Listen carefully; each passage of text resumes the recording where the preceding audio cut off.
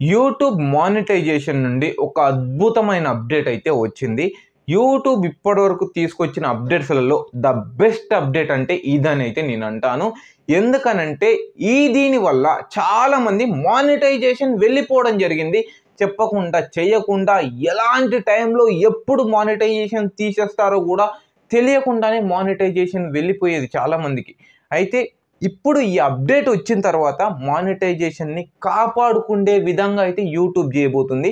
దీని గురించి ఈ వీడియోలో నేను పూర్తిగా ఎక్స్‌ప్లెయిన్ చేయడానికి ప్రయత్నిస్తాను చూడండి. మనం మానిటైజేషన్ అయ్యే వరకే మనం కష్టపడాలని చాలామంది అయితే అనుకుంటారు. 1000 సబ్స్క్రైబర్స్ వచ్చినాయా? 4000 అవర్స్ వాచ్ టైమ్ వచ్చిందా? మానిటైజేషన్‌కి అప్లై చేశామా? అప్రూవల్ వచ్చిందా? ఖతం అయిపోయింది నా పని అయితే అనుకుంటూ ఉంటారు. కానీ ఇక్కడనే నీ కౌంట్ డౌన్ అనేది మొదలవుతుంది. ఏంటనంటే మనకు మానిటైజేషన్ ఎనేబుల్ అయిన తర్వాత ఏదైనా ఒక వీడియో బాగా నడుస్తూ ఉంటుంది. మంచిగా లక్షల్లో వ్యూస్ వస్తూ ఉంటాయి.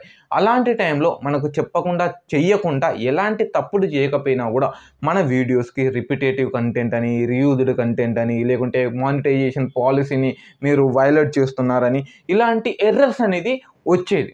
ఎందుకనంటే మన భాష వచ్చేసరికి తెలుగు. అలాగే రివ్యూ చేసే వాళ్ళు వచ్చేసరికి యూఎస్ నుంచెలా లేకపోతే వేరు వేరు కంట్రీస్ వాళ్ళు రివ్యూ చేయడం జరుగుతుంది మన కంటెంట్. వాళ్ళకి అర్థం కాకనా లేకపోతే అది ఆటోమేటిక్ కంప్యూటర్ జనరేటెడా అనేది తెలియదు. కానీ అనుకోకుండా మనకి ఇలాంటి ప్రాబ్లమ్స్, ఇలాంటి తప్పులు చేయకపోయినా కూడా మనం ఫేస్ చేయాల్సి అయితే వచ్చేది. అలా ఫేస్ చేసినప్పుడు మనకి ఏదైతే వీడియో వైరల్ అవుతుందో ఆ వీడియో వైరల్ అయినప్పుడు మానిటైజేషన్ వెళ్ళేసరికి 1-2 వారాల వరకు మనం యాపిల్ చేసినా కూడా మన మానిటైజేషన్ మనకు రాదు. అలా రాకపోయేసరికి ఈ రెవెన్యూ అనేది పూర్తిగా మనకు రాకుండా పడిపోవడం జరుగుతుంది.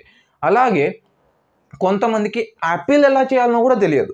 అలాంటి టైంలో 90 డేస్ వరకు వాళ్ళు వెయిట్ చేయాల్సి అయితే వస్తుంది. 90 డేస్ వరకు కూడా రూపాయి సంపాదన లేకుండా బాధపడుతూ ఉంటారు. అందుకోసం దీన్నంతా గమనించిన యూట్యూబ్ మనకు ఒక అద్భుతమైన అప్డేట్ అయితే అనౌన్స్ చేసింది.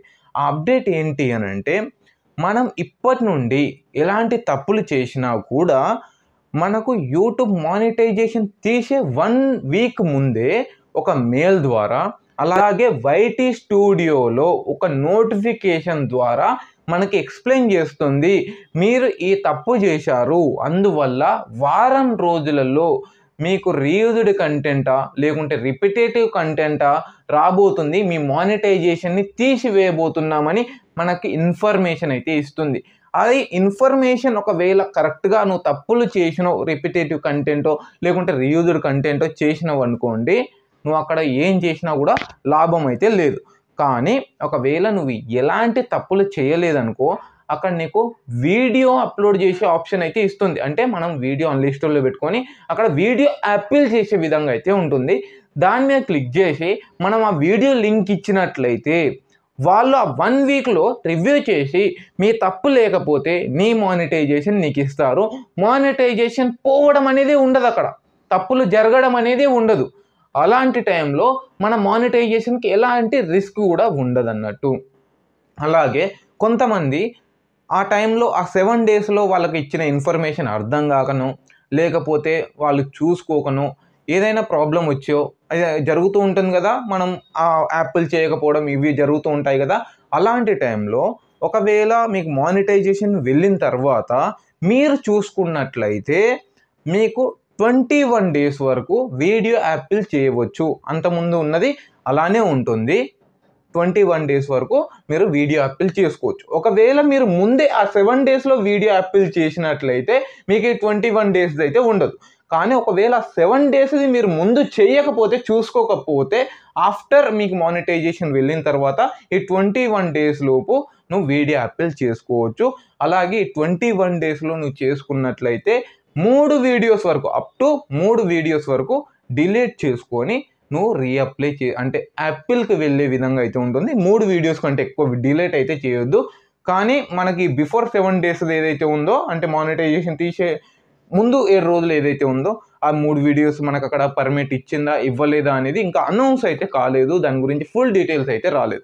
కానీ ఆఫ్టర్ మానిటైజేషన్ డిసేబుల్ అయిన తర్వాత మాత్రం మనం యాపిల్ చేసేటప్పుడు 3 వీడియోస్ వరకు అయితే మనం రిమూవ్ చేసుకోవచ్చు, డిలీట్ చేసుకోవచ్చు మన ఛానల్ నుంచి.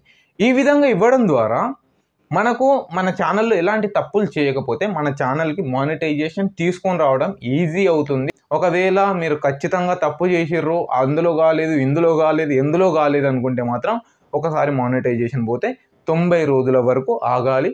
తర్వాత 90 రోజులకు రీఅప్లై చేసేటప్పుడు కూడా ఏవైతే తప్పులు చేశారో వాటిని అన్నిటిని కూడా రీయూజ్డ్ చేసినవన్నీ కూడా రిమూవ్ చేసి అవి ఛానల్ నుంచి డిలీట్ చేసి మానిటైజేషన్కి వెళ్ళినట్లయితే మీకు మానిటైజేషన్ అయితే ఎనేబుల్ అవుతుంది. ఇది సింపుల్. మీకు ఈ అప్డేట్ అయితే పూర్తిగా అర్థమైందని అయితే అనుకుంటున్నాను. ఇంకా మీకు ఏమైనా డౌట్స్ ఉంటే ఖచ్చితంగా అడగండి. మనం దాని మీద తప్పకుండా వీడియో చేసుకుందాం. Okay friends, bye. జై హింద్, వందే మాతరం, హరే కృష్ణ, రాధా రాధా.